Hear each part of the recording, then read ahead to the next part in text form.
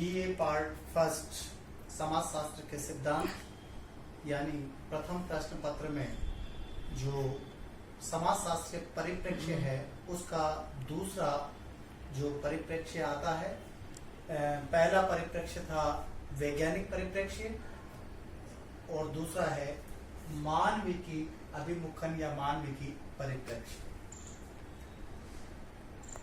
मानविकी परिप्रेक्ष्य में परंपरागत समाजशास्त्र उसका विरोध किया गया है, क्योंकि मानविकी परिप्रेक्ष्य इस बात पर चलता है जब 19वीं शताब्दी के अंतर्गत औद्योगिकरण और नगरीकरण की प्रक्रिया प्रारंभ हुई तो उस समय ये मानविकी परिप्रेक्ष्य अस्तित्व में आया। वहां पर कुछ ऐसे समूह हैं, ऐसे व्यक्तियों के समूह जिसमें दलित वर्ग है, कमजोर वर्ग है, महिलाएं हैं और शोषित वर्ग हैं। उन लोगों का अध्ययन समाज व्यवस्था में जो है अछूता रह दिया। इसका मतलब इनको समाज व्यवस्था में कोई स्थान नहीं दिया। तो ये जो वर्ग है ये वंचित वर्ग है जो छूट गया था अध्ययन में और इनको व्यवस्था में स्थान नहीं मिला। परिणाम स्वरूप इसके विपरीत जो है मानविकी अभिमुखन या मानविकी परिप्रेक्ष्य अस्तित्व में आया। यहां पर दो चीज देखने को मिलती है। मानविकी परिप्रेक्ष्य की या अभिमुखन की बात करते हैं तो यह अभिमुखन विज्ञान वादिता पर अधिक जोर देने के कारण आया है।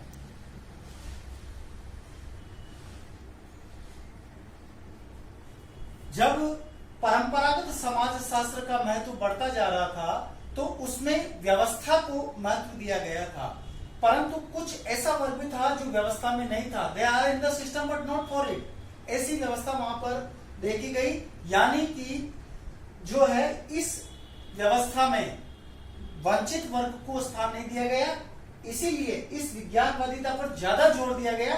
इसके प्रतिक्रिया स्वरूप मानविकी अभिमुखन का प्रादुर्भाव हुआ और यही मानविकी अभिमुखन सामाजिक यथार्थता को समझने पर बल देता है।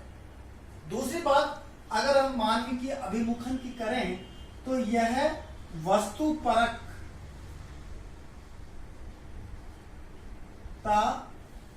पर अध्ययन नहीं करता है। यह विषय यानी ऑब्जेक्टिव है, इस पर ध्यान नहीं देता है, जबकि यह विषय परक है। यह काम तो वस्तुपरकता का काम तो परंपरागत समाजशास्त्र का है, यानी वैज्ञानिक परिप्रेक्ष्य का है, जबकि मानविकी परिप्रेक्ष्य का विषय परकता पर जोर देना, सब्जेक्टिविटी पर जोर दिया जाता है। इसके अंतर्गत पदार्थों का जो अध्ययन है वह वस्तुपरकता के साथ, किंतु सामाजिक घटनाओं का जो अध्ययन है वह पूर्ण वस्तुपरकता के साथ नहीं किया जा सकता है। क्योंकि पदार्थों का अध्ययन तो हम वस्तुपरकता के साथ में किया कर सकते हैं, लेकिन मानवीय संवेदनाएं हैं जो परिवर्तनशील है, इसीलिए उसमें सब्जेक्टिविटी को महत्व दिया गया है मानविकी अभिमुखन में। अगर तीसरी बात की हम बात करें तो यह व्यवस्था के विपरीत है। व्यवस्था की बात परंपरागत समाजशास्त्र यानी वैज्ञानिक परिप्रेक्ष्य के अंतर्गत किया गया है और हम मानविकी अभिमुखन जो कि है ये व्यवस्था के विपरीत है। यह वंचित वर्ग के लिए नहीं है। यहां पर वंचित वर्ग को व्यवस्था में स्थान नहीं दिया गया है, इसीलिए मानविकी उपागम व्यवस्था के विपरीत माना जाता है। सबसे बड़ी बात जो आती है मानविकी उपागम की वो है मानववाद। मानववाद की, ह्यूमनिज्म की। और इस मानववाद के तीन पक्ष है। एक सैद्धांतिक पक्ष,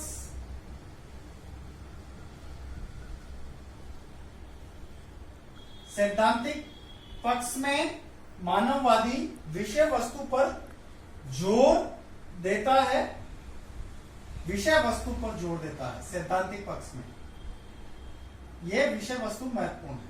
और दूसरा है पद्धति शास्त्र, पद्धति शास्त्र। इसके अंतर्गत जो है वैज्ञानिक रूप से, यानी विज्ञान जटिल रूप में है, उसकी प्रकृति जो है वो प्रमुख रूप से जटिल प्रकृति की मानी गई, यानी जैसा है वैसा ही है। लेकिन मानवीय की अभिमुखन इस पद्धति शास्त्र में लचीले रूप में, जैसे सहभागी अवलोकन करना, डायरी, जीवन इतिहास, इन संबंध में अध्ययन करना, वो मानवीय की अभिमुखन करता है। और तीसरी जो अगर हम बात करें इसमें, तो वह तीसरा मानव शास्त्र। जैसा कि स्पष्ट है कि मानव और उसके समस्त कार्यों का अध्ययन को हम मानव शास्त्र कहते हैं। अगर हम सही ढंग से वैज्ञानिक और मानव की अभिमुखन की बात करें, तो मूल रूप में देखा जाए वैज्ञानिक साइंटिफिक ओरिएंटेशन और मानवीय की अभिमुखन। वैज्ञानिक अभिमुखन जो है वो है मूल्य भारित होता है, यानी इसमें मूल्य का महत्वपूर्ण स्थान होता है। व्यक्ति के व्यवहार को उचित या अनुचित, सही या गलत दर्शाया जाता है, इसलिए यह मूल्य भारित है। जबकि मानवीय की परिप्रेक्ष्य इसमें मूल्य मुक्त है, इसमें इस तरह का कुछ नहीं देखा जाता है। यह मानवीय की परिप्रेक्ष्य मूल्य मुक्त माना गया है। दूसरी अगर हम बात करें वैज्ञानिक परिप्रेक्ष्य में, परंपरागत समाजशास्त्र, परंपरागत समाजशास्त्र का पक्षधर है।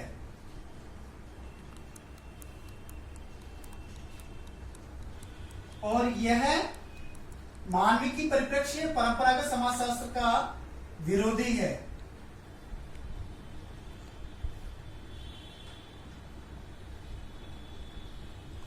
के विपरीत है।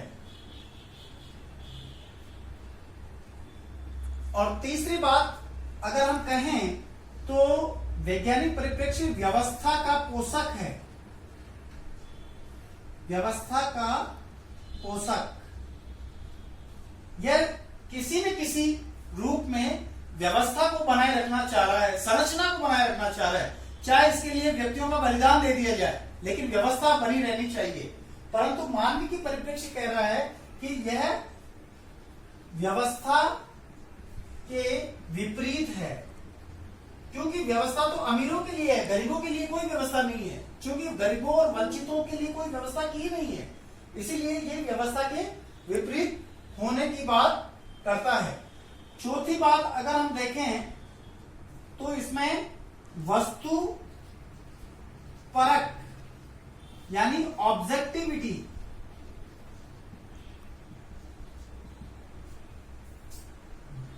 ऑब्जेक्टिविटी पर ज्यादा जोर दिया जाता है, जबकि यह विषय परक, विषय परक, सब्जेक्टिविटी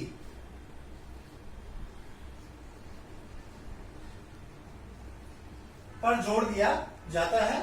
और अगर हम बात करें परंपरागत समाजशास्त्र की, तो इसमें क्या है, यानी जब हम घटनाओं का अध्ययन कर रहे हैं तो घटनाएं आपके सामने किस रूप में है, उसका उसी रूप में अध्ययन करता है। ये वैज्ञानिक दृष्टिकोण है। जबकि मानवीय की दृष्टिकोण जो है वह ये कह रहा है क्या होना चाहिए, इस बात का यह पक्षधर है। अगर हम जब हम इसके मानवीय की परिप्रेक्ष्य के अभिमुखन की बात करते हैं तो इसमें कुछ पहलू आते हैं, कुछ उपागम आते हैं, जिसमें पहला है लोक विधि विज्ञान।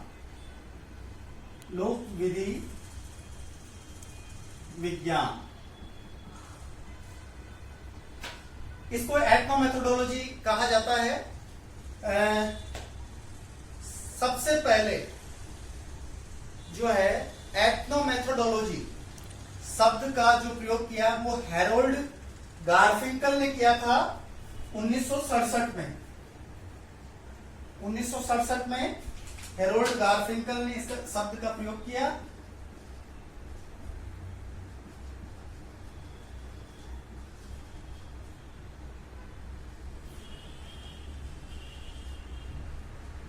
स्टडीज इन एथनोमेथोडोलॉजी पुस्तक लिखी थी इन्होंने, स्टडीज इन एथनोमेथोडोलॉजी।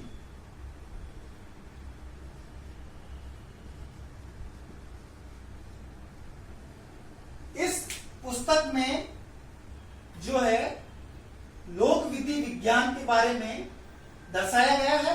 यद्यपि हेरोल्ड गारफिंकल के साथ में और भी विद्वान रहे हैं, जिसके अंदर हम बता सकते हैं कि विटनर है और जिपरमैन है,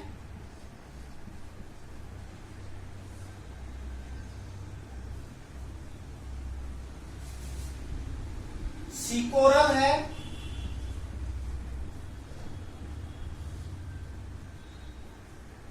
चर्चिल है, मैक एंड्रयू,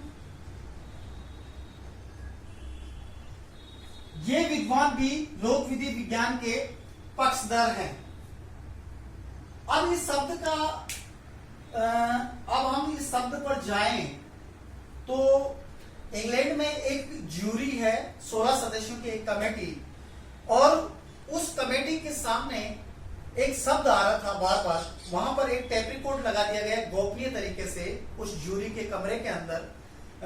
दो ऑथर ने, जब वह कमेटी अध्ययन कर रही थी किसी डिसीजन के संबंध में, तो उनके सामने एक पक्ष आ रहा था, ethno botany, ethno physics, ethno astronomy. तो उसमें एथनो शब्द कॉमन आ रहा था, इसीलिए उस शब्द को एथनो मेथोडोलॉजी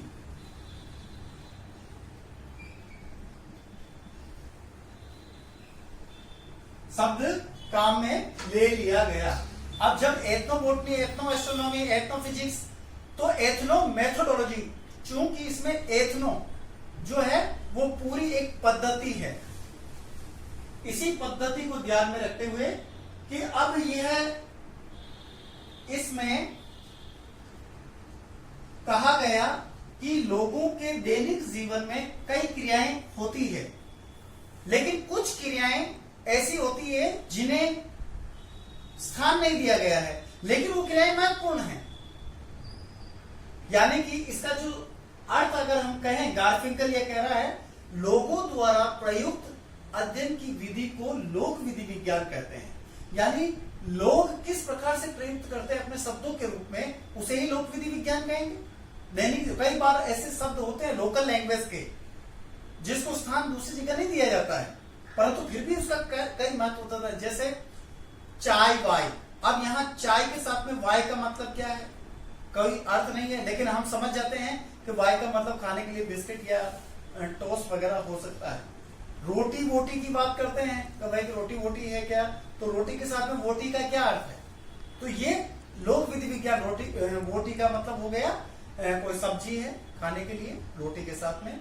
तो ये जो शब्द है ये एथनो मेथोडोलॉजिकल वर्ड है, शब्द है, क्योंकि इन शब्दों का कोई अर्थ नहीं है, लेकिन फिर भी लोग इनको समझते हैं, इसीलिए इनको महत्व दिया जाता है। इसमें लोक विधि विज्ञान में सामाजिक यथार्थ, सोशल रियलिटी, सामाजिक यथार्थ को समझने पर बल दिया जाता है। और इसमें दिन प्रतिदिन की घटनाएं होती है, भाषा का सामाजिक पक्ष होते हैं और वो क्रियाएं होती है जो व्यक्ति करते हैं। तो कहने का मतलब यह है कि मीनिंगफुल होना चाहिए सोशल रियलिटी में, और उस पक्ष को वास्तविक अर्थ क्या लगाते हैं वो दिखाया गया है। तो हैरोल्ड गारफिंकल ने इसका प्रयोग जो है वो मानविकी अभिमुखन के दौरान किया है। दूसरी बात अगर हम कहें तो इसमें आता है फिनोमेनोलॉजी, यानी प्रगटना शास्त्र।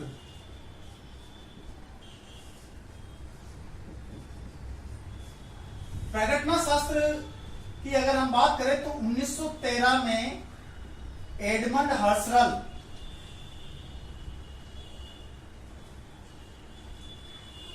ने आइडियाज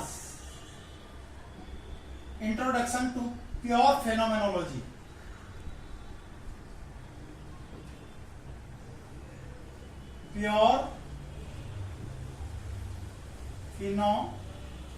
फिनोमेनोलॉजी पुस्तक लिखी थी। उसके अंदर प्रगटना शास्त्र की बात कही। मूल रूप इसके साथ में दूसरे और भी विद्वान हैं जिन्होंने कहा है, प्रगटना शास्त्र के संबंध में अपने विचार रखे थे, जिसमें मैक्स वेबर का नाम आता है, कार्ल मानहीम,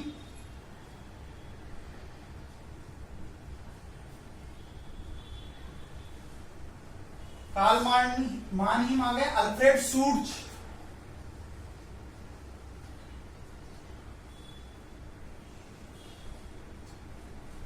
सूर्ज का नाम आता है।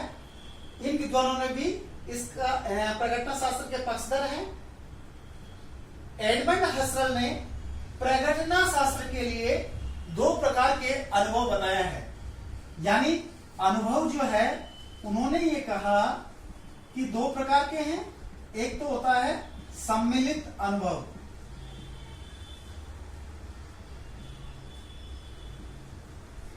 और दूसरा होता है विशिष्ट अनुभव।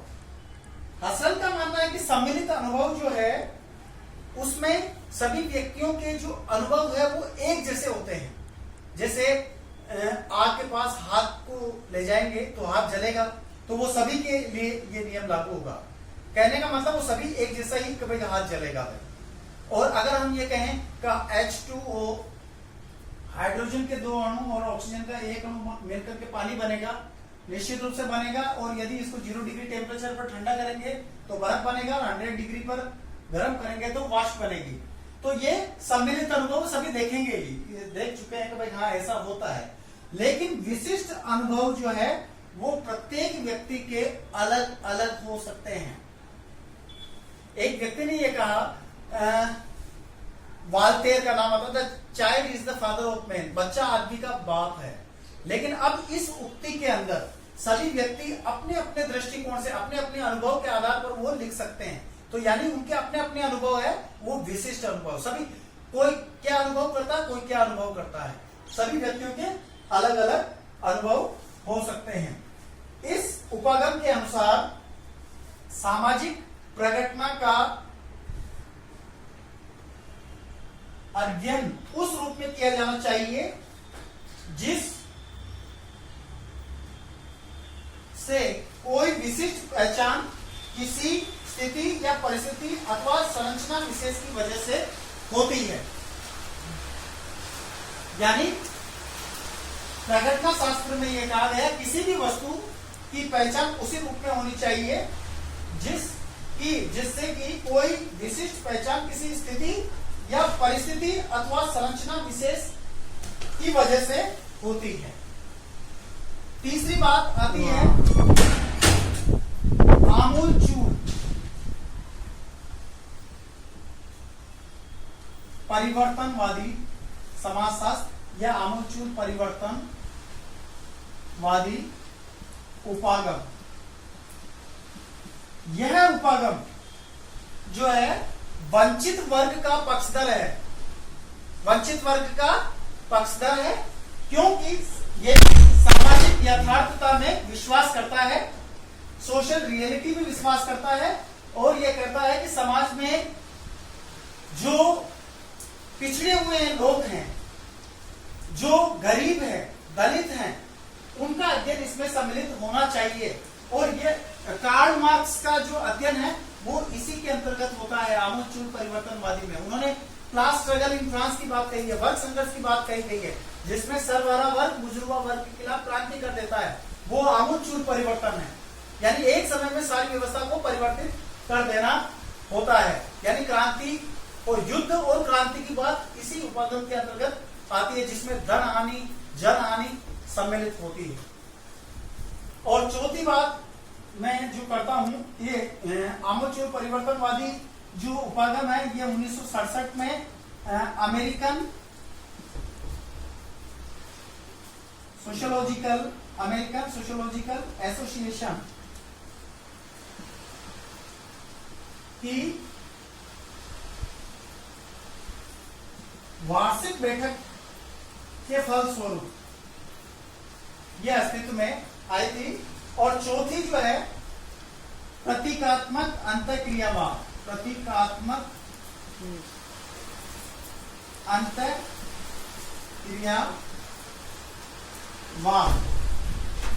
जैसा कि स्पष्ट इसमें है कि प्रतीकों के माध्यम